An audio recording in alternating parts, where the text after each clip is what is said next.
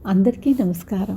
అమ్మ మాట అమ్మాయి బాట ఛానల్కి స్వాగతం. కథ చెప్పుకుందామా? మూర్ఖుడు భక్తుడు. ఒక అడవి దాపులనున్న ఊరిలో ఒక పేద బ్రాహ్మణుడు ఉండేవాడు. అతడి ఇంటి పక్కనే అడవిలో కట్టెలు కొట్టుకు బ్రతికే మరొక పేదవాడు ఉండేవాడు. ఉన్నట్టుండి కట్టెలు కొట్టుకునేవాడి పరిస్థితిలో చాలా మార్పు వచ్చింది. వాడు తన చిన్న గుడిసెను వదిలి పక్కనే మంచి మిద్దె ఇల్లు కట్టుకున్నాడు. వాడి భార్య పిల్లలు విలువైన దుస్తులు ధరించసాగారు. బ్రాహ్మణుడికి కట్టెలు కొట్టేవాడిలో వచ్చిన మార్పు చూసి చాలా ఆశ్చర్యం కలిగింది. బ్రాహ్మడి భార్య భర్తతో, మీరలా ఊరుకోండి, నేను వాడికి ఇంత హఠాత్తుగా అంత అదృష్టం ఎలా పట్టిందో తెలుసుకొని చెబుతాను అన్నది. కొద్ది రోజుల తరువాత బ్రాహ్మడి భార్య భర్తతో, వాళ్ళు రోజు రోజుకు ఎలా ధనవంతులైపోతున్నారో తెలుసుకున్నాను. కట్టెలు కొట్టేవాడి భార్య ఆ రహస్యం నాకు చెప్పింది అన్నది. కొద్ది నెలల క్రితం పగలనక రాత్రనక కొన్ని రోజుల పాటు ఎడతెరిపిలేని వాన కురిసింది. ఆ సమయంలో కట్టెలు కొట్టేవాడు అడవికి వెళ్లేందుకు వీలు కలగలేదు. ఆ కారణంగా వాళ్ళు దాచుకున్న 4 డబ్బులు తిండికి ఖర్చయిపోయాయి. ఆ తరువాత 2 రోజుల పాటు తినేందుకేమీ లేక అందరూ పస్తులున్నారు. ఆ రాత్రి కట్టెలు కొట్టేవాడికి హఠాత్తుగా ఒక ఆలోచన వచ్చింది. ఊరుకు దాపులనున్న నది పక్కన ఒక చిన్న పురాతన దేవాలయం ఉంది. అందులో కొయ్యతో చేసిన దేవుడి విగ్రహం ఉంది. కట్టెలు కొట్టేవాడు గొడ్డలి తీసుకుని చీకట్లో ఆ దేవాలయానికి వెళ్ళాడు. వాడి ఆలోచన ఆ కొయ్య విగ్రహాన్ని ముక్కలుగా నరికి వంట చెరుకు కింద అమ్ముకోవచ్చని. అయితే వాడు గొడ్డలి ఎత్తేసరికి కొయ్య విగ్రహంలో నుంచి ఆగు అన్న మాట వినిపించింది. కట్టెలు కొట్టేవాడు ఎత్తిన గొడ్డలిని దించకుండా అలాగే పట్టుకొని నిలబడ్డాడు. అప్పుడు కొయ్య విగ్రహంలో నుంచి మాటలు ఇలా వినిపించాయి.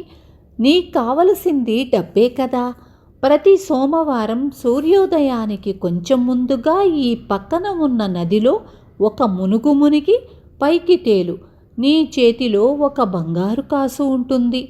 ఆ రోజు నుంచి వాడు విగ్రహం చెప్పినట్లే చేస్తున్నాడు. ప్రతి సోమవారము ఒక బంగారు కాసు సంపాదిస్తున్నాడు. బ్రాహ్మణుడి భార్య భర్తకు ఈ సంగతి చెప్పి, మనము ధనవంతులము కావడానికి సులువైన మార్గం కనపడుతున్నది. మీరు ఒక గొడ్డలి తీసుకుపోయి దేవుడి విగ్రహం కేసి ఎత్తండి. ఆ తరువాత మనకు వారానికి ఒక బంగారు కాసు లభిస్తుంది అని సలహా ఇచ్చింది. బ్రాహ్మణుడికి మొదట్లో ఈ సలహా నచ్చలేదు. దేవుడి విగ్రహం మీద గొడ్డలి ఎత్తడం అంటే ఎంతో పాపం చేసినట్టు అవుతుందే అనుకున్నాడు. కానీ దీర్ఘంగా ఆలోచించి చూడగా తను పేదరికం నుంచి విముక్తుడు కావటానికి ఇదొక్కటే మార్గంగా తోచింది. ఆ రాత్రి బ్రాహ్మణుడు గొడ్డలి తీసుకుని దేవాలయానికి వెళ్ళి చేయబోతున్నది పాపకార్యం అని జంకుతూనే విగ్రహంపైకి గొడ్డలి ఎత్తాడు. కానీ విగ్రహంలో నుంచి ఏ శబ్దమూ కాలేదు. అతడు ఆశ్చర్యపోయి ఈసారి గొడ్డలి కర్రను మరింత బలంగా గుప్పెట బిగించి విగ్రహం కేసి తీవ్రంగా చూస్తూ గొడ్డలిని పైకెత్తాడు. అదే సమయంలో కొంచెం దూరంలో ఉన్న దీపపు కాంతి విగ్రహం ముఖం మీద పడటంతో ఇప్పుడు బ్రాహ్మణుడికి దేవుడి ముఖాన్ని స్పష్టంగా చూడగలిగాడు. ఆ వెంటనే అతడు ఒక్క క్షణకాలం భయంతో నిలువెల్లా కంపించిపోయి మూర్ఛరాగా దబీమంటూ నేల మీద పడిపోయాడు. అప్పుడు విగ్రహంలో నుంచి, నాయనా, నువ్వు ఎంతో దైవభక్తి కలవాడివి. అలాంటి నువ్వు మూర్ఖుడైన నీ పక్క ఇంటి కట్టెలు కొట్టేవాడిలా ప్రవర్తించవచ్చునా? వాడు మూర్ఖత్వం కొద్దీ నన్ను గొడ్డలితో కొట్టి ఉండేవాడే. అందులో ఏమాత్రమూ సందేహం లేదు. ఎందువల్లనంటే వాడి దృష్టిలో నేను కేవలము కొయ్యను మాత్రమే. కానీ నువ్వంత మూర్ఖంగా ఎలా ప్రవర్తించగలవు?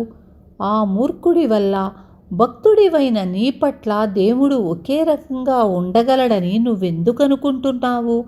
ఒకవేళ నన్ను గొడ్డలితో కొట్టి ఉంటే నువ్వు మహాపాపివై ఉండేవాడివి. కారణం, దేవుడి విగ్రహం అంటే ఏమిటో నీకు బాగా తెలుసు. కట్టెలు కొట్టేవాడి సంగతి వేరు, వాడికి నీలాంటి జ్ఞానం లేదు అన్న మాటలు మూర్ఛ నుంచి తేరుకుంటున్న బ్రాహ్మణుడికి స్పష్టంగా వినిపించాయి. బ్రాహ్మణుడు లేచి విగ్రహానికి నమస్కరించి ఇంటికి తిరిగి వచ్చాడు. భార్య అతన్ని ఏం జరిగింది అని అడిగింది. ఆమెకు భర్త గొడ్డలి తీసుకువెళ్ళాక తాను ఇచ్చిన సలహాకు పశ్చాత్తాపం కలిగింది. నేను గొప్ప అదృష్టవంతుణ్ణి, దేవుడి మాటలు విన్నాను. మన పేదరికం గురించి బాధపడటం మంచిది కాదు, అది దైవ నిర్ణయంగా భావించి ఉన్నంతలో తృప్తిగా బ్రతకటం అలవర్చుకుందాము అన్నాడు బ్రాహ్మణుడు.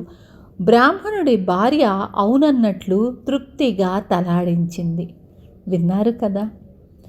రేపు మళ్ళీ ఇంకొక మంచి కథతో మీ ముందుకు వస్తాను.